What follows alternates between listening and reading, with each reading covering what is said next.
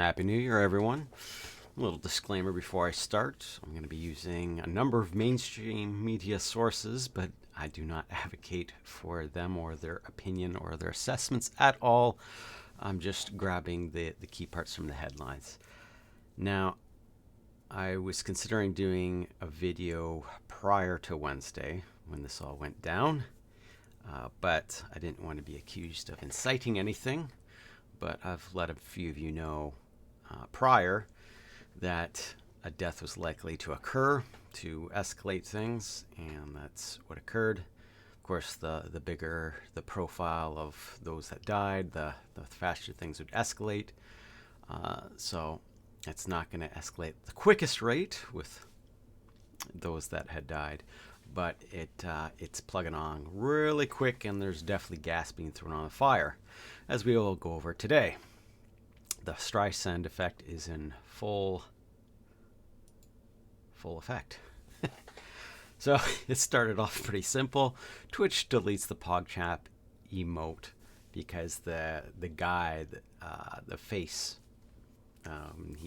he was not speaking out against the violence. Instead was advocating for change.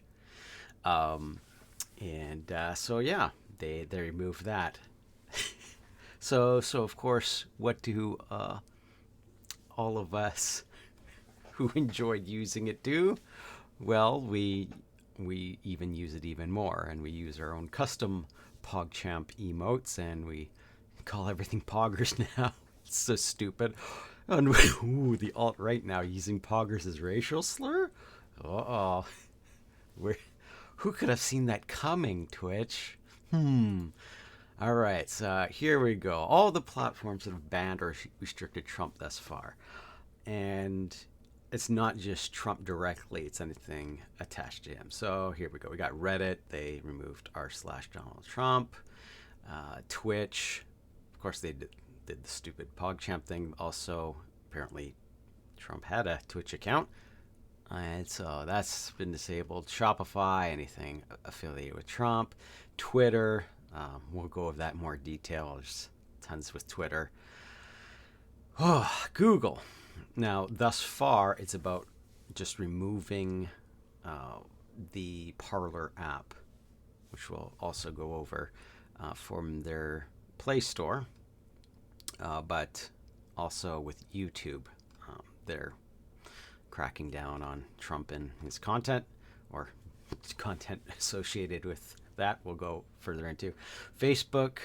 They stopped him from at least till the end of his term on the 20th from posting. Ditto with Instagram, Snapchat, and disabled. Okay, ditto. TikTok.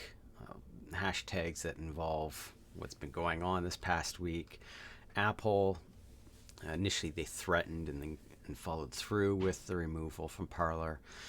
Discord, they removed the Donald Discord server. Pinterest, hashtags relating to Donald Trump. Okay, so Twitter, is deleting not only so they permanently banned him from his own account, and then the White House has a official POTUS account. So they didn't outright delete that account, but they're preventing him now from posting, or they're just delete as soon as he tries posting. And what else is Twitter doing? So Twitter's banning a number of others associated with Trump. Teams that were set up for promoting Donald Trump, and then their accounts. And so here we go. Streisand Effect. In pulling Trump's megaphone, Twitter shows where power lies now. Well, rather they're trying, but there's going to have a rebound effect here. And it's not just Twitter. This is all the major social platforms. Okay, so Trump's ban from Twitter creates the ultimate case of link rotten posts across the internet. This is basically breaking down the social aspect of the web. It's creating this huge divide by just trying to cut Trump out of everything altogether. You have all these dead links now, and oh yeah, and YouTube as well. They're starting to crack down on. Well, they've been cracking down for a long time, but yeah, stuff that could be associated with what's been going on this past week. So, as Trump searches for a new social network after his Twitter ban, a shift from mainstream platforms would mark a retreat to insular conservative communities. Imagine my shock. And that's exactly what's happening. So you've got these alternate platforms. So instead of Twitch, now we got DLive, and what went down on Wednesday, you got live stream there. And PewDiePie, moved his streaming to DLive. And so you have now, for a Twitter replacement, people going in droves to Parler. And so very quickly jumps to number 1 on the App Store after Facebook and Twitter banned Trump. And that can't have that. So then the resident social overlords, Apple, has threatened to ban Parler from the App Store. That was, I think, yesterday or the day before. And of course, that only Streisand Effect makes it more of a target, more of a something desirable. What are you trying to hide? And also Amazon. Now, this is kind of a preview of what you're going to see coming this year. It's been going on for a number of years. But Amazon employees for climate justice calls on the company to stop providing AWS services to Parler. So that's their main hosting provider. But yeah, this climate justice, again, the whole greater good, for the good of the mankind, for the good of Mother Earth, good of the climate. You're going to see this as a growing theme this coming year. But that'll be for another video. Okay. So Parler could not comply with Apple's demands. Of course, they can't. There's nothing that they could do, because this is not about trying to improve Parler. Parler was a threat. So Amazon, Apple, Google cut off Parler.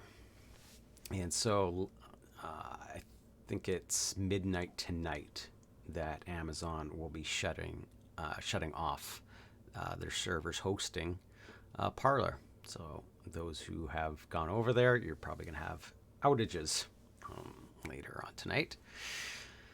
And who knows when they'll be able to get back up on another host. So, yeah, Amazon is booting Parler off its web hosting service. And, yeah, I'll have to find another host. Okay. So here we go. Now, alongside all this happening, Google has discontinued their infinite storage offer for their Google Photos. So Amazon has also had a competing service, but as you've all come to know and love the Twitch terms of service, there is, let's just see if it mentions it down here. Well, I'll just give you the shorthand. It's only unlimited if it's for non-commercial purposes. What does that mean? Well, it can mean what they want it to mean. So, can you trust all your photos in the hands of Amazon? And just I think that might be for commercial purposes. Gone. So they are bleeding trust right now. Now, this is also happening to the payment processors. I mean, this has been going on for years now. But those that had used GoFundMe to support their travels to DC, yeah, that's all being taken down. PayPal's doing the same thing. So these services have basically, they're just tripping over themselves, and it's not just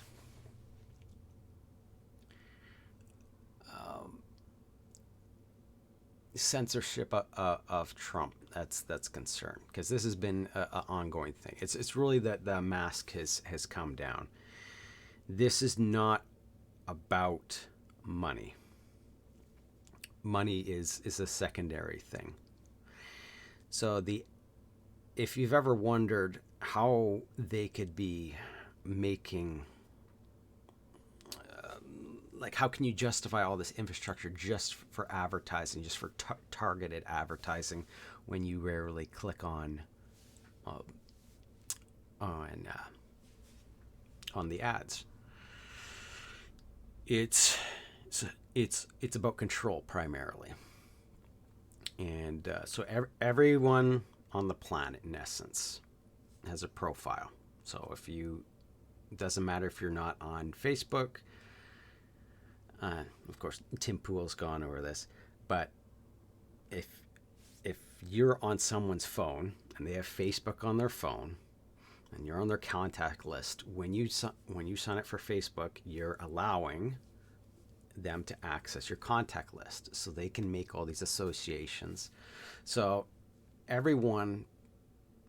almost everyone on this planet has a profile.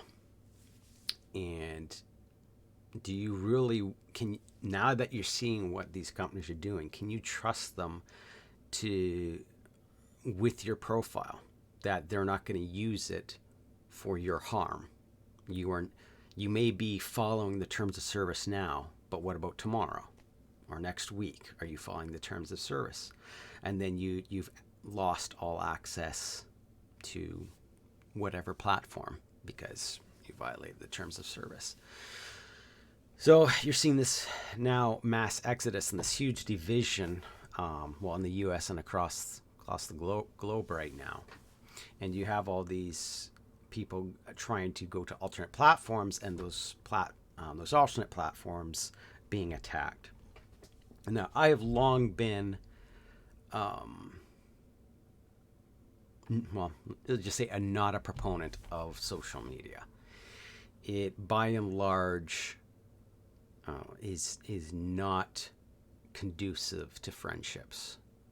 It's more about creating allyships than a sense of community without an actual community. So, for example, I do not stand in solidarity with BLM, LGBTQ, blah, blah, blah, blah.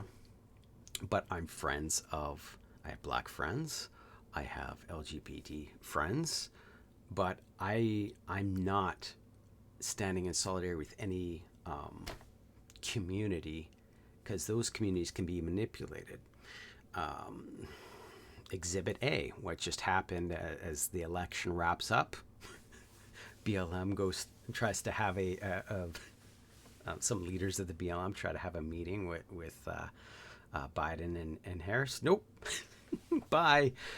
You were useful for the time that you were useful, and now you're out with the trash. So it is, as I've been trying to drill the point home now, and it should be now exceedingly clear. Build friendships and get your actual contact information, not through all these social media platforms. Get your phone numbers, get your address, and meet up if you can, and create more intimate, actual friendships, not just these surface level friendships on social media. Because you can so easily, well, one, friendships are going to actually sustain you through these tough times ahead. Two is how easy it is just to flick a switch and boom, you've lost all your contacts. And all your friends that you might have started developing that friendship but never actually exchanged information. Oh, no, you can't. So that's already happened on Discord a number of times over the past couple of years. So yes, avoid that pitfall. So I was going to list off a whole bunch of alternative platforms, but really, I'm not advocating for that either. I'm not just because one, that they're being attacked, and two, so they could go down. But two, there's better ways of creating relationships. They're useful tools to start a relationship, but not to turn into something more meaningful. And as for entertainers, yeah, it's useful for an audience, but right now Twitch is quickly losing its value in doing that. But that's it for today. Where I'm going to do a deep dive into Facebook and Oculus's progress, because need to do an update to what's going on in VR, because there's been quite a few stumbling blocks, technical and otherwise. And then I'm going to take some of the concepts that I shared in the previous year and make them more graphic, rather than me just waving my hands around and try to explain it that way. So it'd be easier to grasp. And yeah, tons more to come. Catch you guys in the next one.